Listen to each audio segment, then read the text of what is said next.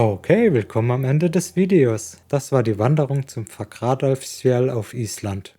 Beim Fagradalsfjall handelt es sich um einen Vulkan auf der Reykjanes-Halbinsel im Südwesten von Island. Er wurde weltweit bekannt, als er im März 2021 nach rund 800 Jahren das erste Mal wieder ausbrach. Dabei entstanden mehrere Lavafelder, die viele Besucher anzogen, weil man die Lava relativ nah und sicher beobachten konnte. Der Vulkan gehört zu einem weiterhin aktiven Vulkansystem auf der Halbinsel, wo die eurasische und die nordamerikanische Erdplatte auseinanderdriften. Seit 2021 kam es außerdem zu weiteren Ausbrüchen in der Region, was zeigt, wie vulkanisch aktiv diese Gegend wirklich ist. Die im Video gezeigte Route C führt einen dabei über knapp 8 Kilometer und 480 Höhenmeter entlang der schwarz erstarrten Lava und bietet gigantische Ausblicke über den Vulkankrater und die riesigen Lavafelder.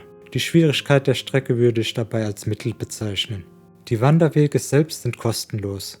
Parken kann man auf dem dazugehörigen Schotterparkplatz ab 1000 isländischen Kronen, was etwa 7 Euro entspricht. Mir hat diese beeindruckende Tour sehr gut gefallen und ich vergebe deshalb 4,5 von 5 Sternen. Fandet ihr das Video interessant oder hilfreich? Dann lasst gerne ein Like oder einen Kommentar da.